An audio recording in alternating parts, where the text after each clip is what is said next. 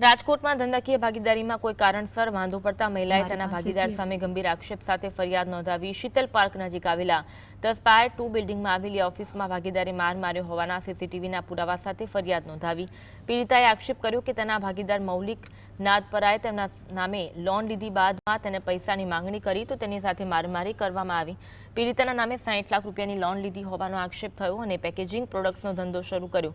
બીજી તરફ આ મામલે વધુ સીસીટીવી બહાર આવતા નવો ટ્વિસ્ટ આવ્યો. અન્ય સીસીટીવીમાં ફરિયાદ મહિલા તેના ભાગીદારને માર મારતી હોવાનું સાબિત થઈ રહ્યું છે. આશ્ચર્યજનક રીતે એક સીસીટીવીમાં ફરિયાદી યુવતી ઓફિસમાં માથા પછાડતી જોઈ શકાય છે. આ મામલે પોલીસે આરોપી મૌલિક નાદપરાની ધરપકડ કરી અને નવા સીસીટીવી બહાર આવતા આ કેસમાં નવો ટ્વિસ્ટ આવે તેવી શક્યતા છે.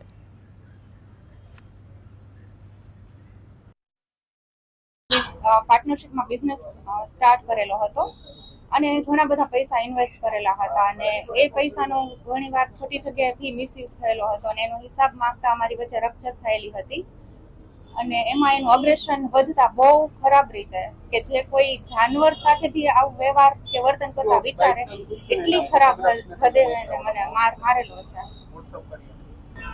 અને બિઝનેસમાં ટોટલી ઇન્વેસ્ટમેન્ટ મારું હતું, એનું કંઈ બી ઇન્વેસ્ટમેન્ટ હતું નહીં અને એ જે પૈસા મેં ઇન્વેસ્ટ કરેલા હતા જે ફર્મમાં યુટિલાઇઝ થવા જોઈએ હતા એના બદલે એની બીજી ફર્મમાં યુઝ થતા.